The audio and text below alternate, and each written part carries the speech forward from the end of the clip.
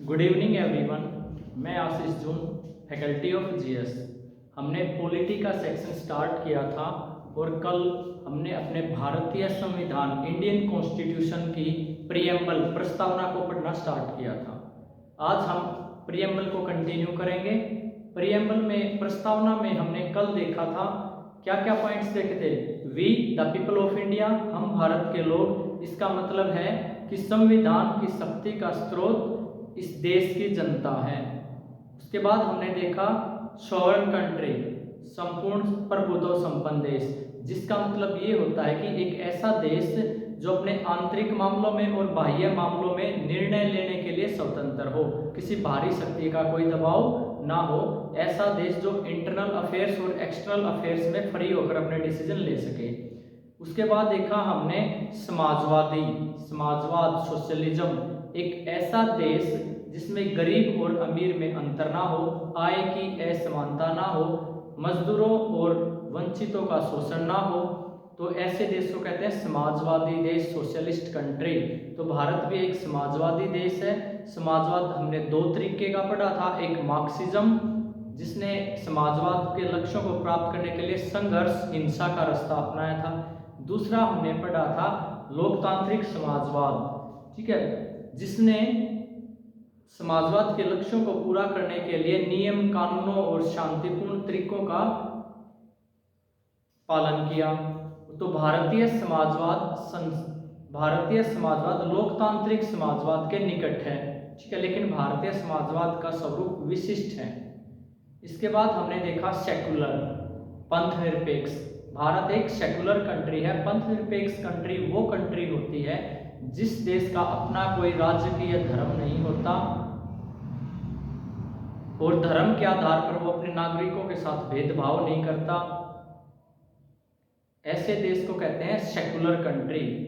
उसके बाद हमने देखा लोकतंत्र, democracy, to the people, for the people, by the people. हमने डेमोक्रेसी दो तरीके की पढ़ी, प्रेसिडेंशियल फॉर्म ऑफ डेमोक्रेसी, अध्यक्षात्मक लोकतंत्र, और पार्लियामेंट्री फॉर्म ऑफ डेमोक्रेसी, संसदीय लोकतंत्र।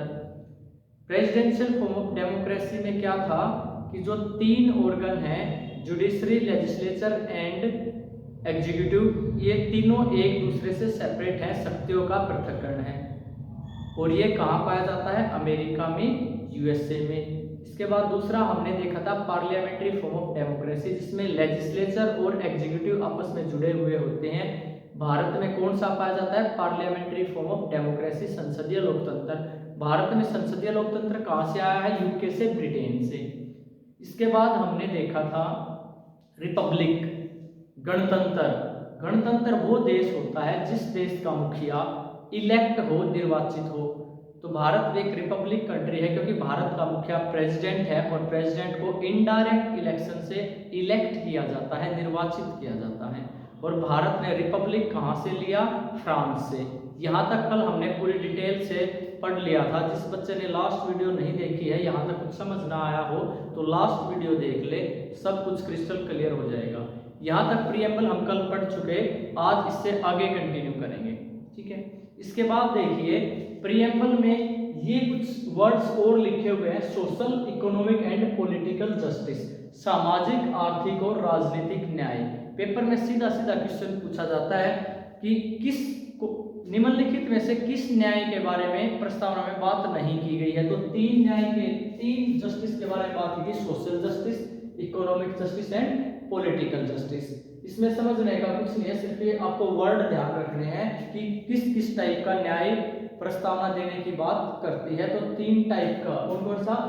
सामाजिक, आर्थिक और राजनीतिक, सोशल, इकोनॉमिक एंड पॉलिटिकल। इससे आगे लिखा हुआ है विचार, अभिव्यक्ति, विश्वास, धर्म और उपासना की स्वतंत्रता, liberty of thought, expression, belief, faith and worship.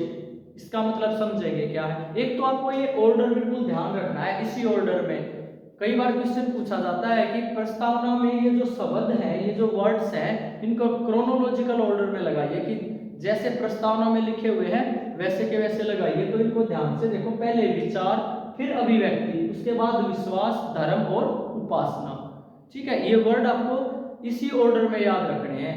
ये क्वेश्चन पूछा जाता है कि ऑर्डर से लगाओ इन वर्ड्स को, ठीक है।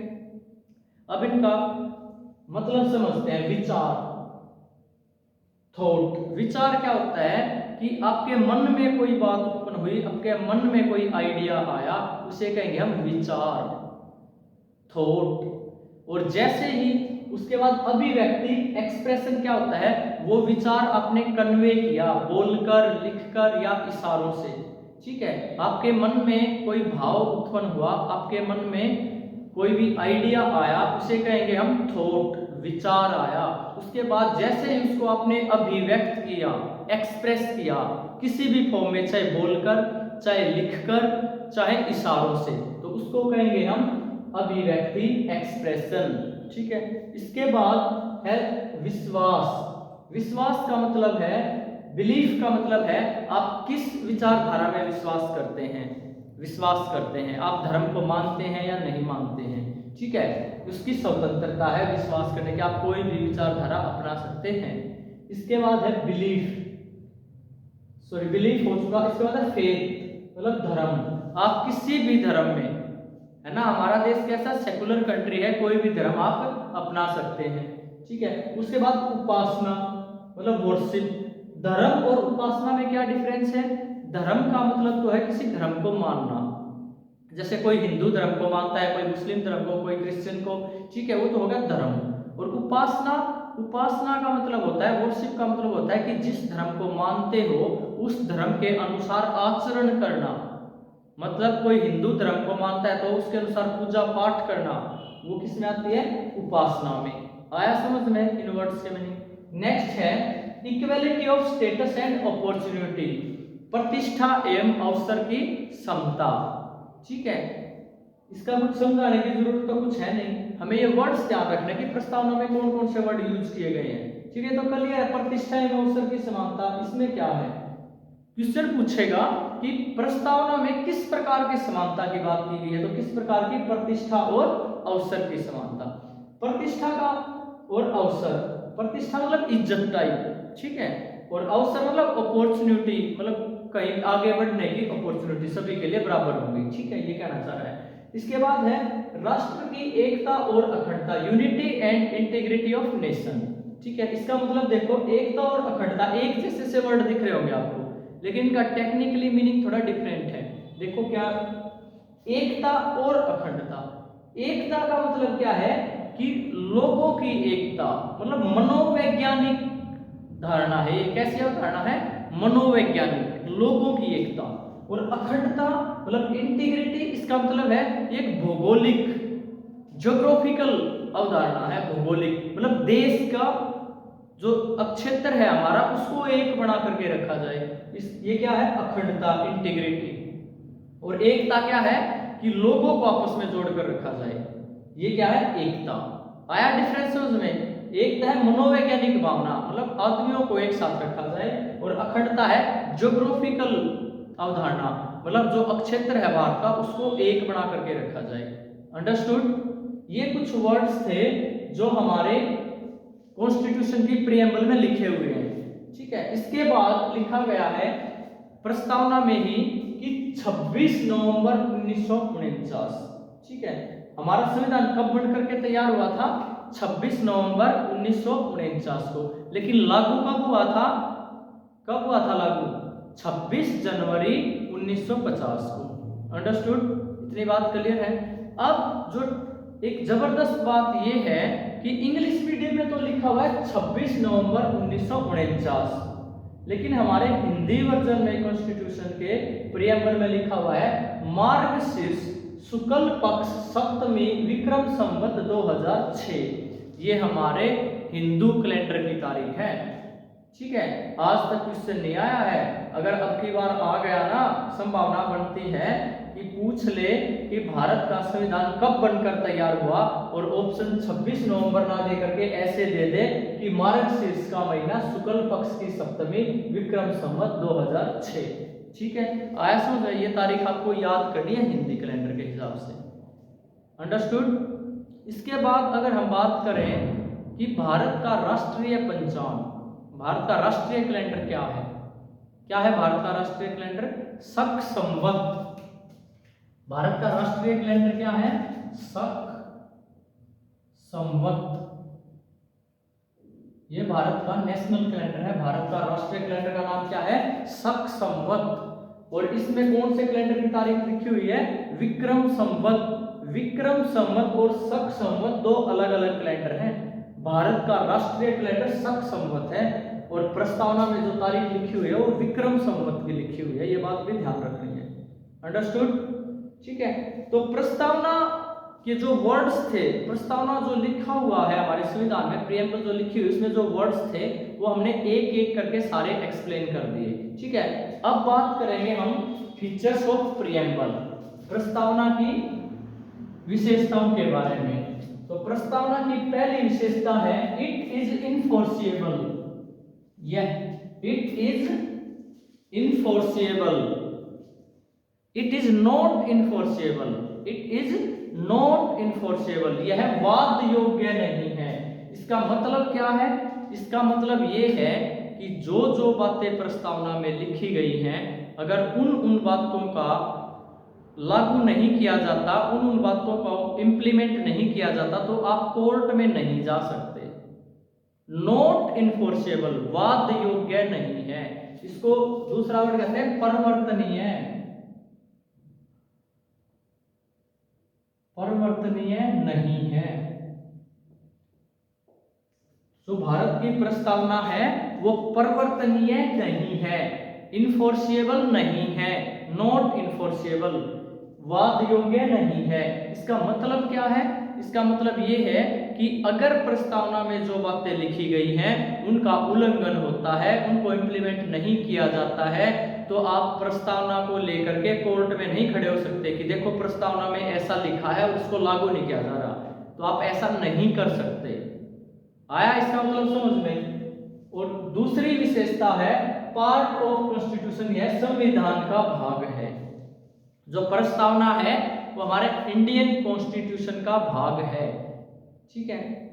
आपसे सीधा सीधा पूछेगा which of the following statement is correct या which of the following statement is incorrect, और प्रस्तावना के बारे में 3-4 स्टेटमेंट दे देगा ऐसी। ठीक है। तो पहली स्टेटमेंट थी इट इज नॉट इनफोर्सिएबल, यह वाद योग्य नहीं है। दूसरी स्टेटमेंट है it is a part of constitution, यह भारतीय संविधान का हिस्सा है, भारतीय संविधान का भाग है। ठीक है सर, ये कौन सी नई बात है कि भाग है या नहीं है? इस पर भी बड़ा विवाद रहा। ठीक है। सबसे पहले क्या होता है 1960 में बेरुवाड़ी केस होता है। 1960 में बेरुवाड़ी केस होता है जिसमें सुप्रीम कोर्ट कहता है कि preamble is not a part of constitution, प्रस्तावना संविधान का भाग नहीं है। ठीक है। बेरुवाड़ी केस ने क्या कहा कि प्रस्तावना संविधान का भाग नहीं है। उसके बाद 1973 में दूसरा केस होता है केशवानंद भारती केस। 1973 में केशवानंद भारती केस, जिसमें सुप्रीम कोर्ट कहता है कि प्रस्तावना संविधान का भाग है। Constitution is a part, preamble is a part of constitution, प्रस्तावना संविधान का भाग है। आया समझ में? एक बार तो बेरुवाड़ी केस ने तो कह दिया कि प्रस्तावना संविधान का भाग नहीं है, लेकिन 1973 में केशवानंद भारती केस में कह दिया कि जो प्रस्तावना है वो संविधान का भाग है। और आज हम क्या मानते हैं कि preamble is a part of constitution, प्रस्तावना संविधान का भाग है। आज के दिन यही स्थिति है। ठीक है। अब एक चीज और समझो कि एक बार तो कहा सुप्रीम कोर्ट ने कि भाग नहीं है प्रस्तावना, दूसरी बार कहा केशवानंद भारती केस में कि प्रस्तावना जो है वो संविधान का भाग है। तो क्या सुप्रीम कोर्ट ऐसे अपना डिसीजन चेंज कर सकती है? जी बिल्कुल। सुप्रीम कोर्ट आर्टिकल 137 अनुच्छेद 137 के तहत अपना डिसीजन रिव्यू कर सकती है, चेंज भी कर सकती है। आर्टिकल 137 क्या कहता है?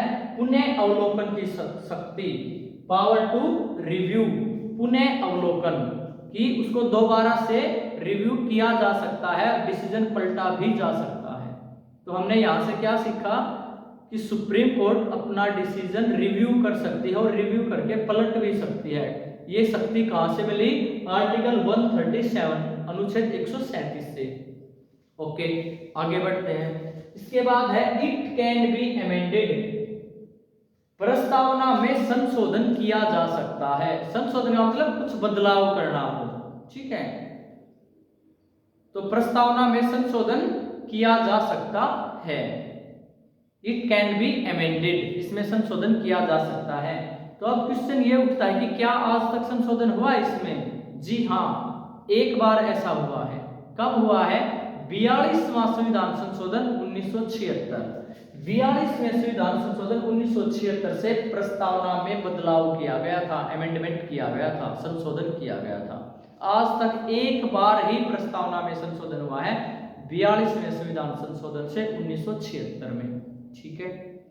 अब क्वेश्चन बार बार आता है यहाँ से कि संविधान में संशोधन कब किया गया, कौन से संविधान संशोधन से किया गया और क्या संशोधन किया गया, ठीक है। तो क्या संशोधन किया गया? 3 नए कंसेप्ट जोड़े गए। कौन कौन से? एक वर्ड जोड़ा गया समाजवादी, सोशलिस्ट, दूसरा शब्द जोड़ा गया पंथ निरपेक्ष, सेकुलर, और तीसरा शब्द जोड़ा गया और अखंडता एंड इंटीग्रिटी। ये 3 जो वर्ड हैं, socialist, secular and integrity, Samajwadi, पंथ निरपेक्ष और अखंडता, ये हमारे ओरिजिनल कॉन्स्टिट्यूशन की प्रीएम्बल में नहीं थे, ये 1976 में जोड़े गए हैं। अंडरस्टूड? तो बार बार क्वेश्चन यहां से रिपीट होता है। और देखिए कुछ फैक्ट में डिलीवर कर देता हूं, मैं डायरेक्ट क्वेश्चन की फॉर्म में ही बता देता हूं। सबसे पहले आपसे पूछेगा कि प्रीएम्बल, प्रस्तावना किस देश से ली गई? Preamble is borrowed from which country? तो कहां से? यूएसए, अमेरिका से लिया गया है। कहां से ली गई है प्रीएम्बल? अमेरिका से, ठीक है। अमेरिका ओल्डेस्ट रिटन कॉन्स्टिट्यूशन, या ये कहें सबसे पहला लिखित संविधान किसका है? अमेरिका का, फर्स्ट रिटन कॉन्स्टिट्यूशन, ठीक है। लेकिन ओल्डेस्ट कॉन्स्टिट्यूशन, सबसे पुराना संविधान किसका है? ब्रिटेन का, यूके, ब्रिटेन। अगर सबसे पुराना लिखित संविधान पूछे तो किसका? अमेरिका का। और सबसे पुराना संविधान पूछे तो किसका? यूके का, ब्रिटेन का। और भारत ने प्रस्तावना, प्रीएम्बल कहां से लिया है? अमेरिका से, ठीक है। अगर क्वेश्चन को घुमा करके पूछे कि प्रीएम्बल, प्रस्तावना किस व्यक्ति की देन है, अगर एक आदमी के बारे में पूछे प्रस्तावना, तो किसकी देन है? पंडित जवाहरलाल नेहरू। तो किसकी देन है? पंडित जवाहरलाल नेहरू, ठीक है। इससे पिछली वीडियो में बताया था ना कि पंडित जवाहरलाल नेहरू क्या लेकर के आए थे? ऑब्जेक्टिव मोशन, उद्देश्य प्रस्ताव, ठीक है। ऑब्जेक्टिव मोशन, उद्देश्य प्रस्ताव। अगर पूछ ले कि प्रस्तावना किस मोशन से आई या प्रस्तावना को किस प्रस्ताव से लिया गया है, तो किस प्रस्ताव से लिया गया है? उद्देश्य प्रस्ताव, ऑब्जेक्टिव मोशन, ठीक है। इसके बाद एक और बड़ा फेमस क्वेश्चन है कि जो प्रस्तावना की लैंग्वेज है, जो प्रस्तावना की भाषा है, उस पर किस देश का असर है? तो लैंग्वेज ऑफ प्रीएम्बल पर किस देश का इफेक्ट है? ऑस्ट्रेलिया का, ऑस्ट्रेलिया का इफेक्ट है। आया समझ में? ये कुछ क्वेश्चन बढ़ते हैं, डायरेक्ट फैक्ट हैं जो आपको याद करने हैं, ठीक है। इसके बाद जो हमारी प्रीएम्बल है ना, जो हमारी प्रस्तावना है, उसके बारे में कुछ लोगों ने कुछ अपने कमेंट किए हैं, वक्तव्य दिए हैं, तो वो भी डायरेक्ट कई बार पूछ लेता है कि ये किसने ऐसा कहा है। तो देखिए कुछ व्यक्तियों के नाम मैंने लिखे हुए हैं। KM. Munshi, KM. Munshi, KM. Munshi ने भारतीय संविधान की प्रस्तावना के बारे में क्या कहा है? उन्होंने कहा है भारतीय राजनीति की जन्मपत्री है। उन्होंने क्या कहा कि प्रस्तावना भारतीय राजनीति की जन्मपत्री है। ये किसने कहा? के.एम. मुंशी ने। उसके बाद है नन्ही पालकीवाला। नन्ही पालकीवाला ने क्या कहा कि भारतीय संविधान का परिचय पत्र है। नन्ही पालकीवाला ने क्या कहा कि भारतीय संविधान की प्रस्तावना भारतीय संविधान का परिचय पत्र है, आईडी कार्ड है। किसका? आइडेंटिटी कार्ड है किसका? भारतीय संविधान का, ठीक है। इसके बाद एक बड़ा फेमस कमेंट और भी है कि प्रस्तावना को भारतीय संविधान की आत्मा कहा जाता है, soul of Indian constitution, soul of Indian constitution. भारतीय संविधान की आत्मा क्या है? प्रियम्बल, प्रस्तावना। ठीक है, भारतीय संविधान की आत्मा किसे कहा जाता है? प्रस्तावना को, प्रियम्बल को। लेकिन यहाँ नोट करने की एक जबरदस्त बात है, अगर आपसे पूछे कि भीमराव अंबेडकर के अनुसार, डॉक्टर भीमराव अंबेडकर के अनुसार सोल ऑफ इंडियन कॉन्स्टिट्यूशन, भारतीय संविधान की आत्मा किसे कहा जाता है? तो देखो नॉर्मली अगर आपसे पूछे कि सोल ऑफ इंडियन कॉन्स्टिट्यूशन, भारतीय संविधान की आत्मा, तो कौन? प्रियम्बल। अगर ये पूछे कि डॉक्टर भीमराव अंबेडकर के अनुसार भारतीय संविधान की आत्मा, तो क्या होगा? आर्टिकल 32, अनुच्छेद 32। डॉक्टर भीमराव अंबेडकर ने कहा था कि भारतीय संविधान की आत्मा आर्टिकल 32 है। आया समझ में? क्लियर है चीजें? एक और बात मैं आपको यहां बताना चाहता हूं, अगर आपसे पूछे कि भारतीय संविधान, इंडियन कॉन्स्टिट्यूशन कब लागू हुआ, तो क्या आंसर दोगे? 26 जनवरी 1950। प्रस्तावना में, प्रियम्बल में क्या लिखा हुआ है? 26 नवंबर 1949। ठीक है, अब भारतीय संविधान के लागू होने की तिथि क्या है? 26 जनवरी 1950 है। ठीक है, आया समझ में? हमारा प्रियम्बल, प्रस्तावना का टॉपिक जो है वो आज कंप्लीट होता है। कल से हम अपना स्टडी करेंगे पार्ट 1, भाग 1, भारतीय संविधान का भाग 1। तो आज के लिए इतना ही, थैंक यू। बाकी कल क्लास में करेंगे। एक और इन्फॉर्मेशन है, अगर आपको रिटर्न में नोट्स चाहिए तो टेलीग्राम चैनल है, उसका लिंक यहाँ कमेंट में दिया गया है। ठीक है, तो आप वो टेलीग्राम चैनल ज्वाइन कर लें, और नोट्स, लिखे लिखाए नोट्स हैं, आपको लिखने की जरूरत नहीं पड़ेगी। ठीक है, उनके प्रिंट आउट निकलवा लेना पीडीएफ के। समझ गए ना? और वीडियो को लाइक कर दिया करो, शेयर कर दिया करो, चैनल को सब्सक्राइब करवा दो, ताकि लाइव आकर मैं तुम्हें पढ़ा सको, रिकॉर्डेड वीडियो ना डालनी पड़े। Okay, thank you.